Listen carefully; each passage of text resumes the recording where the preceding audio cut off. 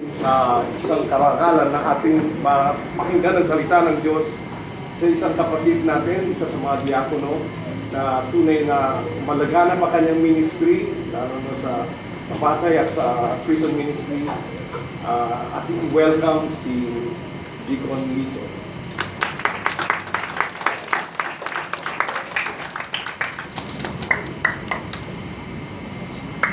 Magandang hapon po sa inyong lahat. Pwede po ba nating sabihin sa ating mga katabi, kapatid, bakit ka narito? Ito ang ating may sasagot. Dahil makikipagkita tayo sa ating Diyos. Amen po ba? Amen. Sa araw pong ito, ako nga ang naituro yata na magsalita sa inyong harapan. Pero sinasabi ko po na ito po ay isang pribilehiyo o isang, kumbaga, iniisip kasi ng iba, parusa to sa akin pero ito po ay isang pribilehiyo na pinagkakaloob sa bawat isa sa atin. Kaya kung tayo po ay bigyan ng atasan, sana po wag nating tatanggihan. Kahit sinasabi nga na hindi naman natin lubusang kakayanin, pero doon po natin ipagkatiwala sa nasa taas. Siya po ang magtuturo sa atin. Sa hapon po ito, lalo nung masabi sa akin ni Father Obed na ako nga daw ang magsasalita sa inyong harapan, sinabi ko po na, Father, pakitext mo naman sa akin kung ano yung scriptures. Nung mabasa ko po, hindi ko kaya ko kaya daw. Kasi dito po sa ating mabuting balita, kung ating makikita, sabi nga, ibigin mo ang iyong kaaway, di ba? So, iniisip ko, paano kaya to? Pero hindi ko po doon umpisahan ang aking mensahe sa inyo. Dito ko po umpisahan sa Levitico, sa unang pagbasa. Sapagkat ito po, bagamat ako'y nandito na sa Manila, ito po ay aking mismong naranasan ang pangyayaring ito. Kasi po, nung kami mga bata pang maliliit, ang akin pong nanay ay nangunguha yan ng sa mga pinag-anihan po na palay. Nangunguha siya ng mga lisan o mga tira-tira. Sabi ko nga po, hindi ko akalain na ito pala ay utos ng Diyos. Na huwag mo sasaitin ang pag-aani mo. Huwag mong pupulutin yung mga prutas na nahulog. Sabi ko nga baka ito'y, kumbaga, kalakaran lang nung araw na hindi naman talaga, kumbaga, naging tradisyon na lang na hindi na binabalikan, pero ito pala po ay kautusan talaga ng Diyos. Kasi ito, sa binasa po kanina talaga, sabi ko, parang ako itong tinamaan dito, kaya ako gusto kong balikan. Although kanina nga sinasabi, naikwenti po sa akin na makipag-usap kay Father Gary kasi sa kanya manggagaling yung mensahe. Pero sabi ko nga ako, isisingit ko to kasi personal ko itong naranasan Kaya ako sabi ko nga na totoo yan. Hindi lamang po sa mga mahihirap, itinitira ng Diyos ang mga bagay na yan. Yung mga, ang tawag ko sa amin diyan, lisan yung mga naiwan sa pag-aani. Pati po sa mga hayop, una-una sa mga ibon, bumabalik po sila dyan. Kaya nga sinasabi ng Diyos na huwag mong sasaitin, huwag mong kukuhanin lahat. Yung mga naiwan mo, pabayaan mo na yan dahil mayroon pa akong mga nilalang na makikinabang sa mga bagay na yan. Kaya nga sa atin din ngayon, makikita natin na tayo siguro sa panahon ito, ano pa yung mga bagay na alam natin makatutulong sa ating mga kapatid na nangangailangan na binabalik-balikan pa natin at gusto natin sa idin. Sa halip na maitutulong na natin sa kanila, pinipilit pa rin natin kuhanin. Samantalang tayo ay dumaranas na ng kaginawahan. Kaya nga po, mahirap, sabi ko nga, kung tutuusin sa atin, itong mga bagay na to ay mahirap gawin. Lalo at higit po yung ating mabuting balita na sinasabi ngayon. Pero gusto ko pong ipagpatuloy ang aking mensahe dito po sa ikalawang Korinto, kung saan po sinasabi nga rito na tayong lahat ay, kumbaga, makikilala ang uri ng gawa ng bawat isa sa araw ng paghuhukom. Pero hindi po ito ang aking pinagtuunan ng pansin, kundi yung pong lahat ng tayo ay dadaan sa apoy. Tayong lahat ay dumaranas at dumanas ng mga pagsubok sa buhay. Yan po yung apoy na ating dinadaanan. Lahat po yan ay kayang-kaya nating lagpasan, lalo kung ang ating Diyos ang siya nating kasama.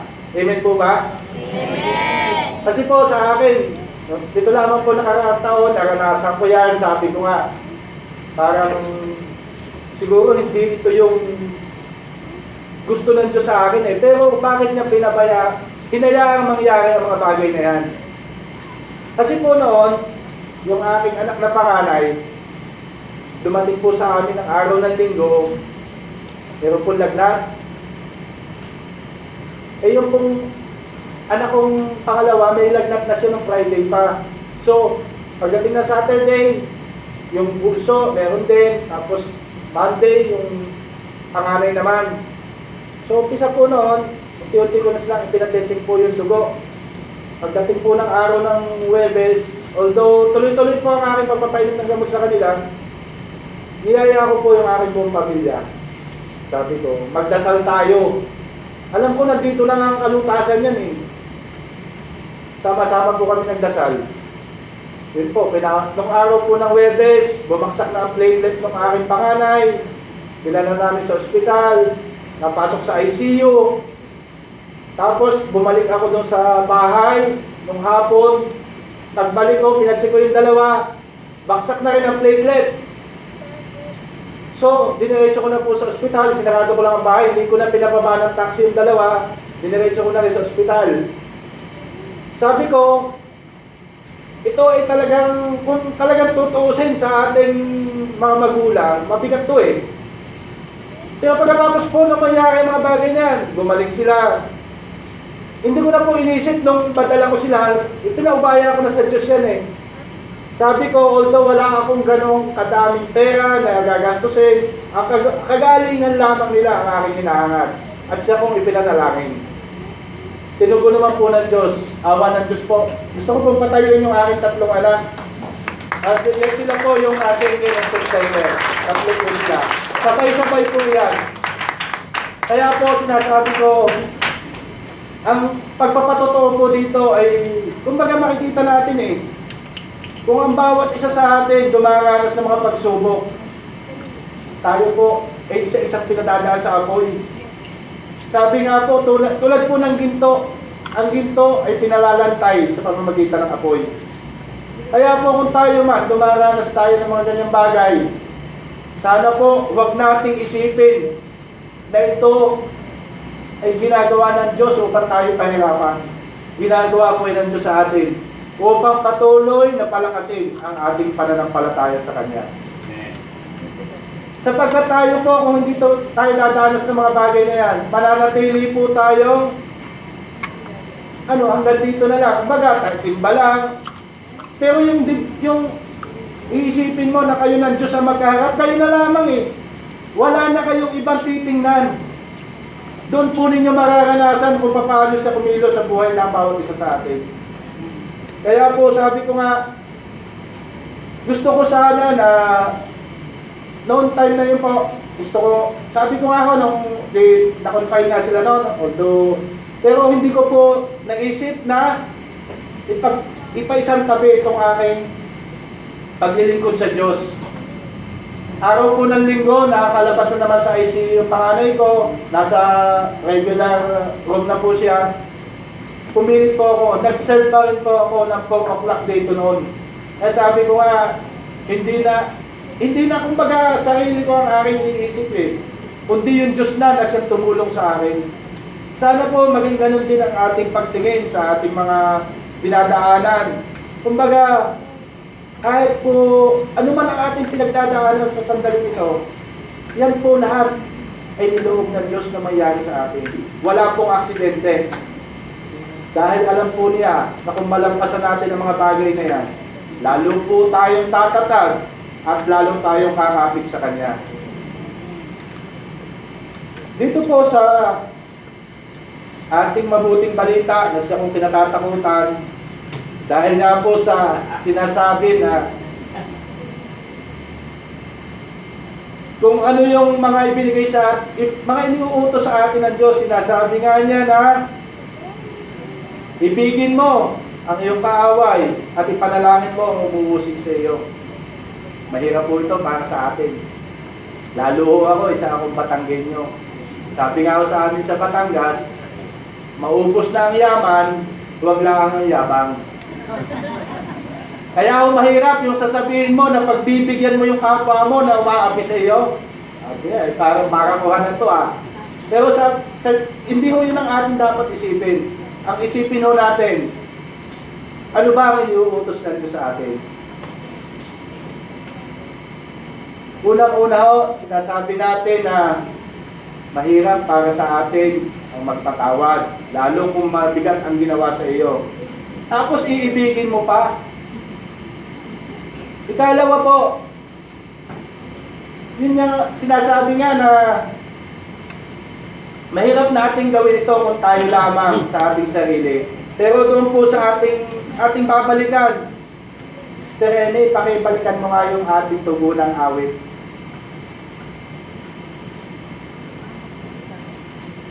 Gusto ko pong ituon doon sa tugunang awit natin na sa 35 talata. Ang pagsunod sa utos mo, ako'y iyong pangunahan. Sa utos mo'y naroon ang ligayang inaasam. Tunay po na kung sarili lamang natin ang ating iisipin, hindi po natin kakayanin ang mga bagay na ito. Pero ito po ang ating dapat italangin. Kung susunod tayo sa Kanya, pangungunahan niya tayo. Kaya nga po kung ating pagbubulay-bulayan ang mga bagay na ito, kung iisa-isahin po natin, sasabihin natin, Lord, bakit naman ganito kumbaga, ganito ang iniuutos mo sa amin, napakahirap talagang gawin. Pero kung tayo po, patuloy natin bubuksan ang ating mga puso. Tulad nga po nung nadinig kong mensahe kanina ni Father Gary, although hindi ko po masyadong naintindihan dahil English. Pero sinasabi po niya na yung ating, kumbaga, meron po isang baka.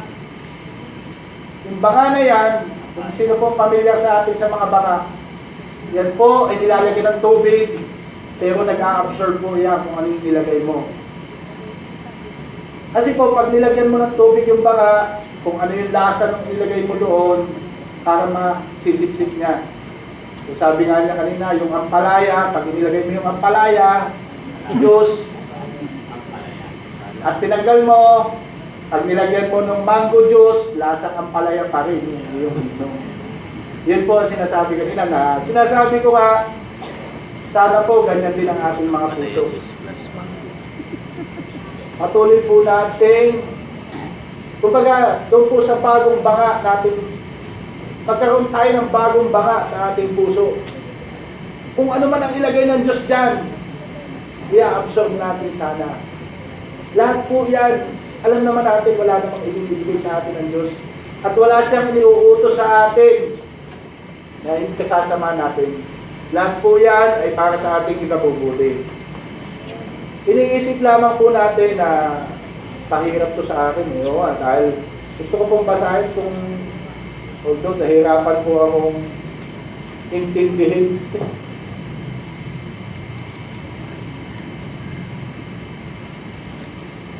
Totoo po na sinasabi dito na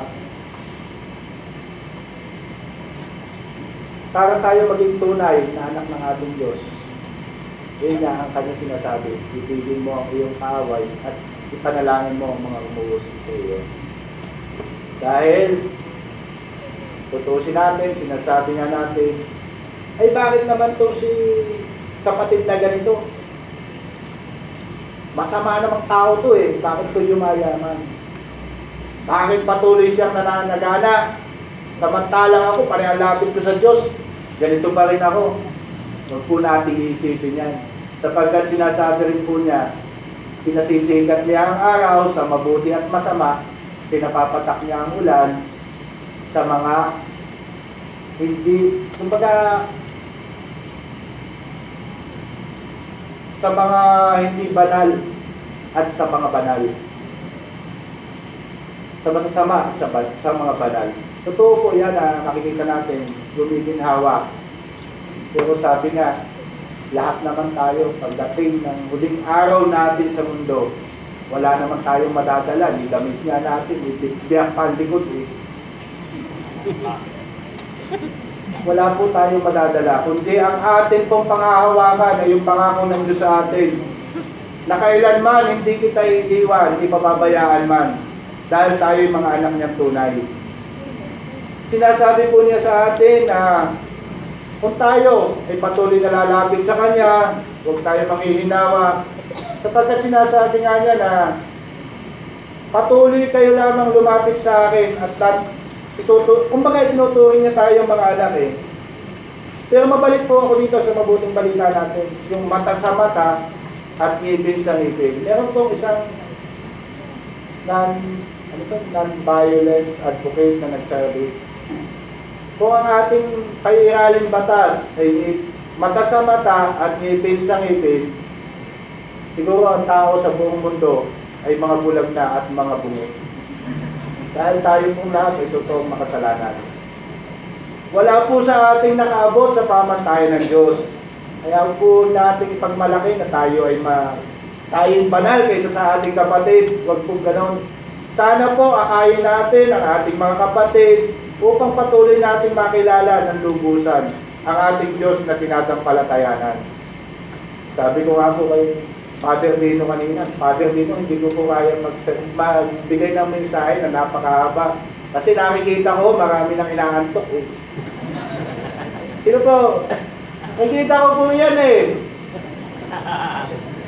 Senior. Okay, mo, marami rin natutulog ata eh. Sabi ko nga ako eh, mahirap po itong ganitong oras. Kasi ito ho yung itutulog ng mga kwan eh, antuking. Although, sinasabi ko nga na ang mensahe ko ngayong hapon, sana ho ay ating isa puso. Buksan natin ang ating puso. Sana maging bago yung ating puso. Sinasabi nga, parang bagong banga. Ano man ang ilagay mo, ay tatanggapin niya dahil ito ang utos ng Diyos sa atin eh. At tagihan ba natin to? Ang ating po sana laging sasabihin, Panginoon, tulungan mo ako upang matanggap itong mga utos na ito at maisagawa ko. Hindi yung masasabi mo lang, although hindi mo naman maisagawa, para maliwala rin po. Sana po, patuloy natin bigyan ng kahulugan itong mga utos na ito na pinagkaloob sa atin.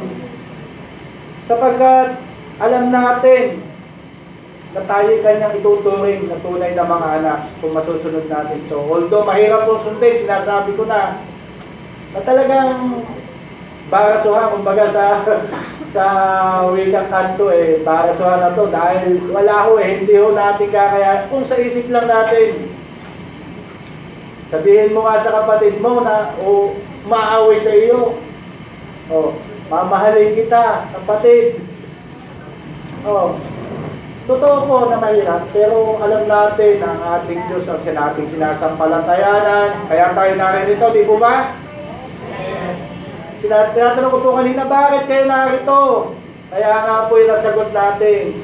Dahil para tayo ay magpatulong sa Diyos upang masunod itong kanyang mga itinuto sa atin. Amen.